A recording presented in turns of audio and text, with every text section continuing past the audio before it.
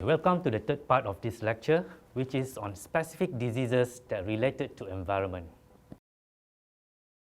I've chosen vector, food and water related diseases to be presented in this section. We start with vector-borne diseases.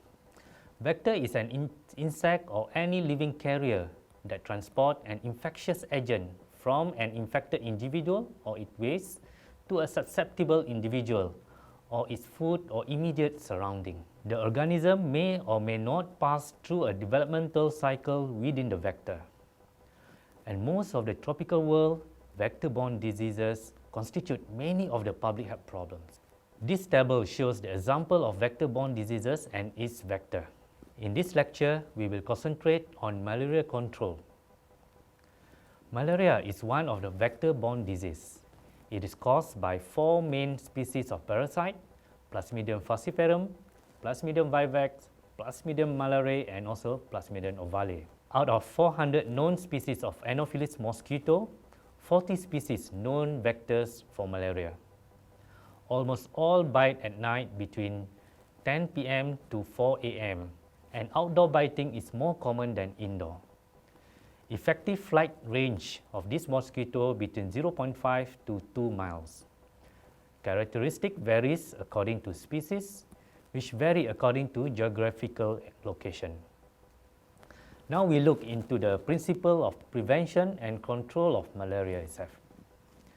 In anti-larval measures, we can perform the environmental management to eliminate breeding places using larvicidal and also biological control. In environmental management, among the action are construction of agitation pond, subsoil drain or filling of low-lying areas where water can accumulate. Weekly emptying of household collection of water, including rainwater collection, covering of drain, ditch, sewer near the house where culex breed, removal of vegetation on slow-moving stream where Albopictus flaviatilis breed, and removal of water plants and water hyacinth reduce the breeding of Mansonia species. Mineral oils such as kerosene, diesel, and fuel oil are used as larvicidal. Besides that, copper acetoacenite also been used to kill surface-feeding Anopheles larvae.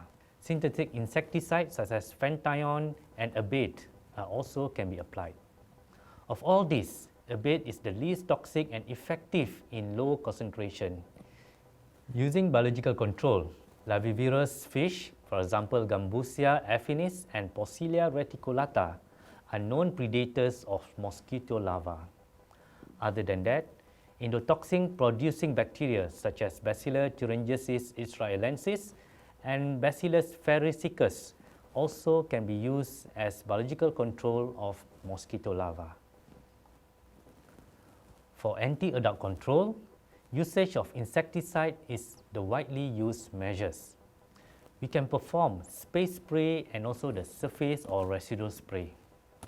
Space spray using quick-acting insecticides such as pyrethrum and malathion, and it is sprayed in the air to kill off the flying mosquitoes. For surface or residual spray, slow-acting insecticide with prolonged residual effects such as DDT, BHC, diadrine is used. The insecticide will be sprayed on the floor, walls, and other surfaces where it kills resting mosquitoes. Genetic modification such as sterilization of male mosquito is the other anti-adult method. Sterilized male released to mate with female to produce unfertilized eggs. And the other provenly effective anti-adult control. The next one is personal protection, whereby drug prophylaxis will be given 1 week before and 4 weeks after leaving endemic malaria area. Besides that, prevention of mosquito bites, use of repellent such as clothes or exposed body parts, preventing entry into houses, mosquito-proof netting over ventilation, windows, and usage of mosquito nets including insecticides permeated ones with permethrin. In anti-parasite measures, effective treatment of cases it's important to avoid further spread. Mass blood survey and active surveillance will be done to detect disease and implement early treatment. Proper enforcement of Prevention and Control of Infectious Diseases Act and Destruction of Disease-Bearing Insect Act will ease the control process. Last but not least is health education and community participation. One of the most effective and satisfactory method of control. Now is include behavioral changes as well, such as Communication for Behavioral Changes Program or COMBI. Okay, now we move to water-related diseases. It has been long recognized by public health workers that no country can have a satisfactory state of public health if the fundamental requirement of an adequate, safe water supply and properly controlled disposal of human and other waste products have not been satisfied. In countries with well-developed water supply and waste disposal system, death due to diarrheal and other waterborne diseases are almost vanishing. And these diseases are still a major cause of sickness and death over Africa, Asia, and South America countries. The World Feed for Children goal aimed to reduce the proportion of households without access to hygienic sanitation facilities and affordable and safe drinking water by at least 1/3. And our Millennium Development Goal 7 under target number 10 aim to reduce half by 2015 the proportion of people without sustainable access to safe drinking water and basic sanitation. If no action is taken to address unmet basic human needs for water, as many as 135 million people will die from these diseases by 2020. Even with the explicit Millennium Development Goal announced by United Nations in 2000 are achieved, between 34 to 76 million people will perish from water-related disease by 2020. Okay, there are 4 types of water-related infection. The first one is waterborne diseases. Drinking contaminated water, particularly transmitted from human excreta, is responsible for significant outbreak of fecal-oral diseases, such as cholera, typhoid, and include diarrheal, viral hepatitis A, and dysentery. Parasitic infection can cause serious illnesses, for example, amoebiasis, giardiasis, Tinea solium tanniniasis, ascariasis, hookworm, trichuriasis, and strongyloidosis.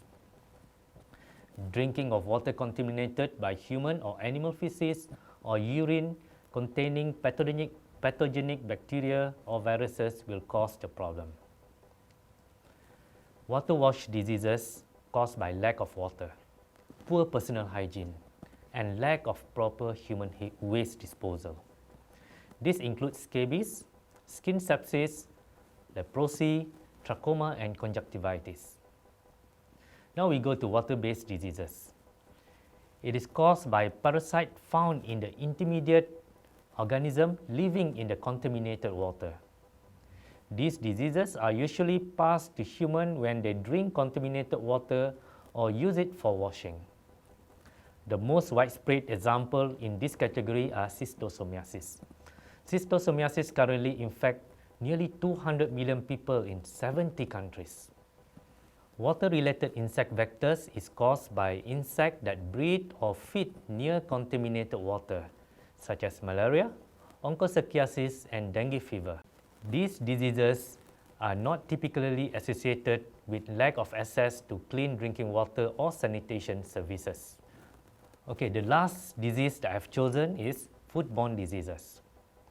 Unsafe food causes many acute and lifelong diseases, ranging from diarrheal diseases to various forms of cancer. World Health Organization estimate that foodborne diseases and waterborne diarrheal diseases taken together to kill about 2.2 million people annually. 1.8 million of them are children. The WHO views hunger as one of the #1 threat to public health around the world. It is responsible for a third of child death and 10% of all diseases. MDG 1 aims to eradicate extreme poverty and hunger. So what is food? Food is any substances, when eaten and absorbed by our body, produce energy, promote the growth and repair of tissues, or regulate these processes.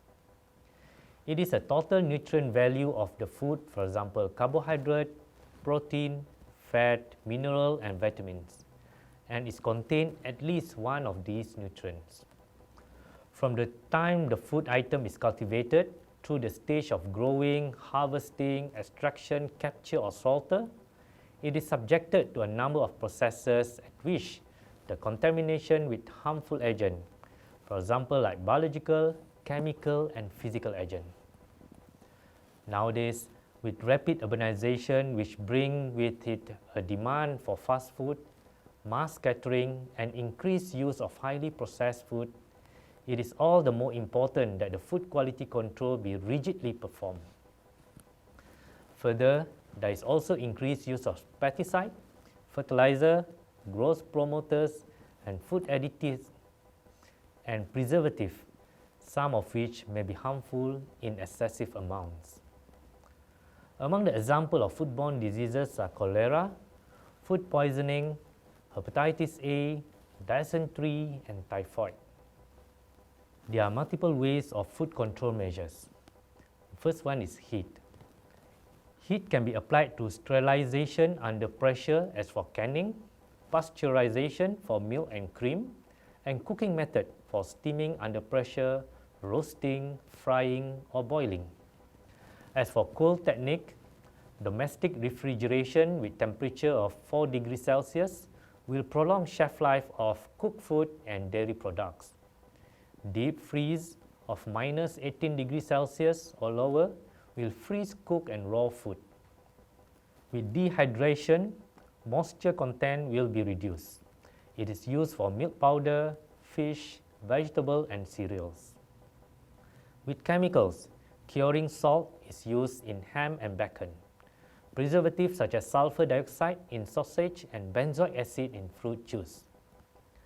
Acidification by using vinegar and acetic acid in pickles, sauce, and mayonnaise, while ascorbic acid being used in flour and confectionery. As for antibiotics, niacin can be used for cheese, cream, and natamycin used for peanuts. Ultraviolet irradiation is used in the treatment of water purification of shellfish, oyster, and mussel. Lastly, gases like carbon dioxide is used in vacuum-packed fresh meat, fruit, and also vegetable.